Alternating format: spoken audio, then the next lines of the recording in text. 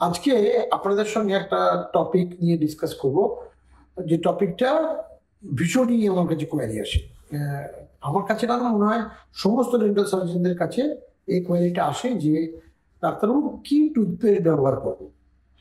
এবার এইটা বলার আগে একটা কথা এপিসোডে বলি, সেটা সাধারণত আমি বলি না। অনেক সময় যেটা হয় যে আমার তো পেশেন্টের রাশ কোশ্চেন থাকে, অ্যাপয়েন্টমেন্ট পেতে অসুবিধা হয়, আর তার জন্য আমি একটা ম্যারাথন ওপিডি মাসে একদিন করি, সেটা হলো মাসের সেকেন্ড স্যাটারডে। এ মাসে জুলাই মাসে এটা 12 জুলাই আমি একটা ম্যারাথন ওপিডি করছি। এবার ম্যারাথন ওপিডিতে সুবিধা হলো যে সেটাতে মাত্র 100 টাকায় আমি নিজে দেখি এবং আমার টিমও দেখে।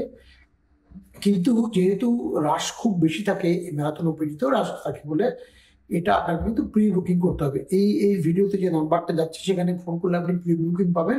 এবং অনেক সময় যেটা হয় যে এ মাসে তো আছেই, আমি জানি, সেখানে ডিসকাউন্ট কোডও আপনাকে দেওয়া হয়। তো আপনি যদি মনে করেন যে আমার অ্যাপয়েন্টমেন্ট পেতে অসুবিধা হচ্ছে, দেরি হচ্ছে, আপনি এই ম্যারাথন ওপিডি বা মেগা ওপিডিটা অ্যাভেল করতে পারেন, কিন্তু অবশ্যই আগে থেকে বুক করে আসবেন। সেটার জন্য আপনাকে দিতে হবে কনসালটেশন ফি মাত্র 100 টাকা। এবার আসি মূল প্রসঙ্গে, যেটা নিয়ে কথা হচ্ছে সেটা হচ্ছে ডাক্তারবাবু কি টুথপেস্ট ব্যবহার করা উচিত, কোন টুথপেস্ট ব্যবহার কোনটা কি ভালো। আমি তো এই ধরনের টুথপেস্ট ব্যবহার করি। এবার অনেক সময় পেশেন্ট আমাকে যেটা বলেন যে আমি জিজ্ঞেস করি আপনি কি টুথপেস্ট ব্যবহার করছেন। অনেকেই কিছু টুথপেস্ট বলেন যেগুলো আসলে টুথপেস্টই নয়, সেগুলো হচ্ছে ওষুধ। সেগুলো অ্যান্টি সেন্সিটিভ বা দাঁতে শিরশিরানি কমানোর জন্য দেওয়া হয়। কোনো এক সময় হয়তো উনি কারো কাছ থেকে শুনে থাকবেন বা নিজেকে কোনো এক সময় কোনো ডাক্তারবাবুর কাছে গিয়েছিলেন, তিনি দিয়েছেন, সেটাই ব্যবহার করে চলেছেন। এগুলো কিন্তু নর্মাল টুথপেস্ট নয়, এর মধ্যে একটা করে কেমিক্যাল ইনগ্রেডিয়েন্ট আছে এবং সেটা কিন্তু নর্মাল টুথপেস্ট ব্যবহার করার জন্য খুব একটা আইডিয়া নেই। যদি করতেও হয় শিরশিরানি কমানোর জন্য 2 সপ্তাহ 3 সপ্তাহ, তারপর না কমলে ডাক্তারের কাছে যেতে হবে, সেটা দিয়ে আপনি বরাবর ব্রাশ করতে পারবেন না। এবার আসি যে তাহলে কি টুথপেস্ট ব্যবহার করবো। তার থেকেও বড় কথা, টুথপেস্ট ব্যবহার করা কি ম্যান্ডেটরি বা একদম জরুরি? উত্তরটা কিন্তু না।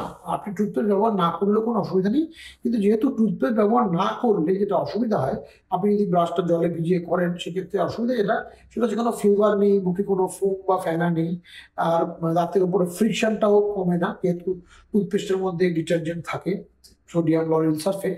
সেজন্য এটা অসুবিধা সেটা হলো আপনার ব্রাশ করতে ভালো লাগবে না। এবং অধিকাংশ সময় আমি অনেক সময় এত পেশেন্টের হয়েছে যে টুথপেস্ট ব্যবহার করতে না করেছি কোনো স্পেসিফিক কারণে, হয়তো টুথপেস্টের কোনো একটা ইনগ্রেডিয়েন্ট থেকে সেই পেশেন্টের অ্যালার্জি আছে বা কিছু, সেক্ষেত্রে কিন্তু পেশেন্ট এসে আমাকে বলেছে ডাক্তারবাবু সকালবেলা ব্রাশ করতে একদমই উৎসাহ পাই না, কারণ টুথপেস্টের যে সুন্দর গন্ধটা, ফ্লেভারটা থাকে, ওর কালারটা এবং মুখে একটা ফোমিং এফেক্ট থাকে, সেটা একদমই পাই না বলে আমি ব্রাশ করতে একদমই উৎসাহিত বোধ করি না। অতএব এইবার কথা হচ্ছে টুথপেস্টের অ্যাক্টিভ ইনগ্রেডিয়েন্ট।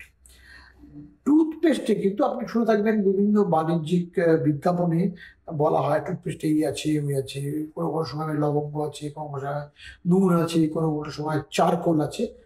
আসলে এই কোনো অ্যাক্টিভ ইনগ্রেডিয়েন্ট গুলোই কিন্তু আপনার দাঁতে কোনো খুব একটা দাঁতে বা আপনার মাড়ির জন্য খুব একটা আলাদা কিছু এফেক্ট আনে না। কারণ টুথপেস্ট দিয়ে ব্রাশ করার স্পেসিফিক যদি টাইম জিজ্ঞেস করেন, আমাদের লিটারেচারে কি বলা আছে, আমরা পেশেন্টদেরও তাই বলি, মোটামুটি সবাই আমরা অ্যাভারেজ 2 মিনিটের বেশি ব্রাশ করি, 2 মিনিটে রিকমেন্ডেড টাইম। এবার যদি কোনো একটা টুথপেস্টে কোনো এমন কোনো অ্যাক্টিভ ইনগ্রেডিয়েন্ট থাকে যেটা কোনো ম্যাজিক আছে, যেটা নেই আসলে, কিন্তু আমরা তো এই এই এই বিপণনের যুগে বিজ্ঞাপন থেকে অনেক বেশি প্রভাবিত হই। সেক্ষেত্রে আমাদের মনে হতে পারে যে এই কোনো একটা ম্যাজিক ইনগ্রেডিয়েন্ট দিয়ে বোধহয় আমার দাঁত এবং মাড়ির স্বাস্থ্যের হঠাৎ করে একটা সাংঘাতিক উন্নতি হবে।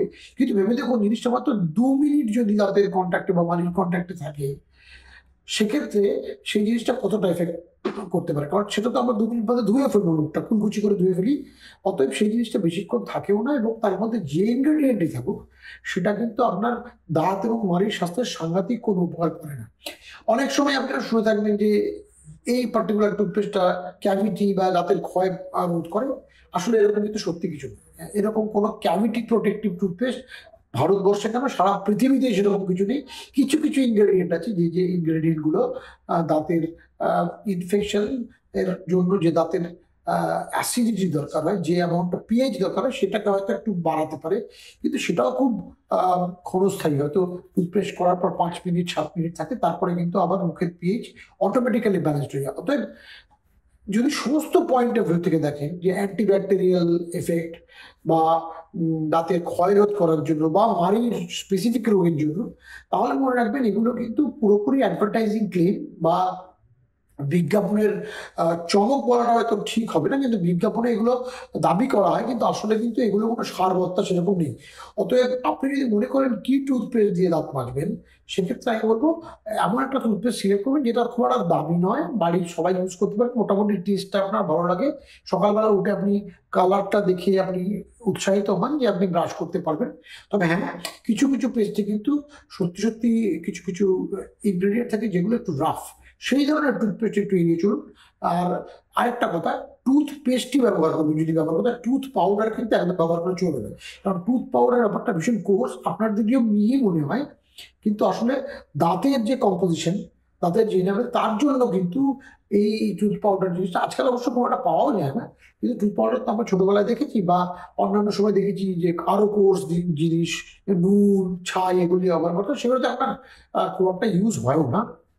কিন্তু টুথপেস্টের ব্যাপারে এটাই বলার যে টুথ পাউডারটা কিন্তু ব্যবহার করবেন না, যে কোনো একটা সাধারণ টুথপেস্ট যেটা বাজারে পাওয়া যায়, খুব সাংঘাতিক দামি না, কারণ বারবার বলছি এর অ্যাক্টিভ ইনগ্রেডিয়েন্ট দিয়ে আপনাকে যে যতই বলুক, আমি ডাক্তার হয়ে লিটারেচার ঘেটে বই পড়ে বলছি, ক্লেম আপনার সমস্ত কিছু হতে পারে, আপনি যত দামে টুথপেস্ট ব্যবহার করুন আপনার দাঁতে কিন্তু আলাদা কোনো এফেক্ট পাবেন না। অতএব আপনি যদি মনে করেন আপনি টুথপেস্টের পিছনে 1 টাকা খরচা করবেন, সেটা সম্পূর্ণই আপনার নিজস্ব একটা ধ্যান ধারণা এবং নিজস্ব অবশ্যই একটা ডিসিশন, সেই ব্যাপারে তো আমার কিছু বলার নেই। কিন্তু আপনি যদি খুব মোটামুটি বাজার চলতি একটা সাধারণ পেস্ট ব্যবহার করেন, ইফেক্ট কিন্তু একই হবে। তবে হ্যাঁ, এই ব্যাপারে একটা কথা বলার, সেটা হচ্ছে যে ব্রাশটা কিন্তু আপনার মনে রাখতে হবে একটা ভালো কোয়ালিটি সফট ব্রাশ কিনবেন, হার্ড মিডিয়াম এগুলো কিনবেন না, একটা সফট বা আল্ট্রা সফট ব্রাশ কিনবেন।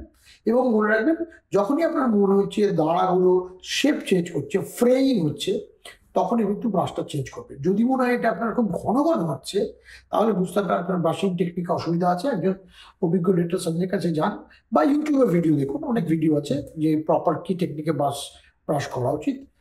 সেক্ষেত্রে সেটা খুব ইম্পর্টেন্ট। অতএব টুথপেস্ট যে কোয়ালিটি আপনাদের খুব বেশি থাকে আপনাদের কাছে, টুথপেস্ট সাংঘাতিক কিছু হয়, সেটা সত্যি সত্যি সেরকম কিছু হয় না।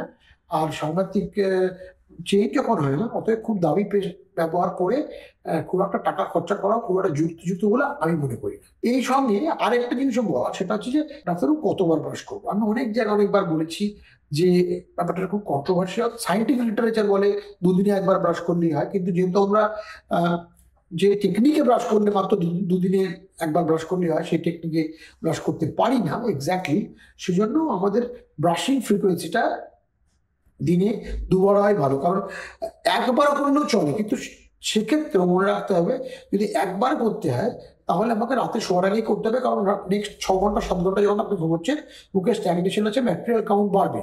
কিন্তু প্রবলেমটা হলো সকালবেলা যদি আমরা ব্রাশটা করি, যেহেতু ছোটবেলা থেকে আমরা করে এসেছি, মুখে একটা খুব ফ্রেশনেস বা আনক্লিন একটা অ্যাটিটিউড থাকে, যাতে আমাদের মনে হয় যে মুখটা পরিষ্কার হয়নি বা মুখ থেকে একটা খারাপ গন্ধ বেরোচ্ছে। সেজন্য সকালবেলার ব্রাশটা যদিও ব্যাকটেরিওলজিক্যাল পয়েন্ট অফ ভিউ থেকে খুব বেশি ইম্পর্টেন্ট নয়, কিন্তু সাইকোলজিক্যাল এফেক্ট থেকে ইম্পর্টেন্ট। অতএব দিনে 2বার ব্রাশ করবেন, যে কোনো একটা সাধারণ টুথপেস্ট নিন, খুব দামি পেস্ট থেকে আপনি খুব এক্সট্রা এফেক্ট পাবেন না। আর এই ভিডিওটা যদি আপনাদের ভালো লেগে থাকে তাহলে কমেন্ট বক্সে লিখুন, লাইক করতে পারেন, শেয়ারও করতে পারেন। আর এই ভিডিও এই ধরনের টপিক সংক্রান্ত যদি আরো কিছু জানতে চান জানাবেন কমেন্ট বক্সে লিখে। আমাদের অগ্রুটোরা টিম, চ্যানেল কর্তৃপক্ষ আপনাকে নিশ্চয়ই উত্তর দেবে যে আপনি যে বিষয়ে জানতে চাইছেন সেই বিষয়ে আমরা কোনো নতুন এপিসোড করতে পারি কিনা, বা ওই কমেন্ট বক্সে কোনো উত্তর দিতে পারি কিনা। অতএব এর পরের একটা এপিসোডে আপনাদের সঙ্গে আবার একটা কোনো নতুন অন্য ধরনের টপিক নিয়ে কথা হবে, ডেন্টাল ওয়ার্ল্ডে বা ডেন্টিস্ট্রিতে একটা খুব রেলিভেন্ট টপিক, এবং আপনারা মাঝে মাঝে লিখে পাঠাচ্ছেন। আজকের মতো আপনাদের সঙ্গে আমার এখনই টাটা বাই বাই, পরের দিন আপনাদের সঙ্গে আবার দেখা হবে।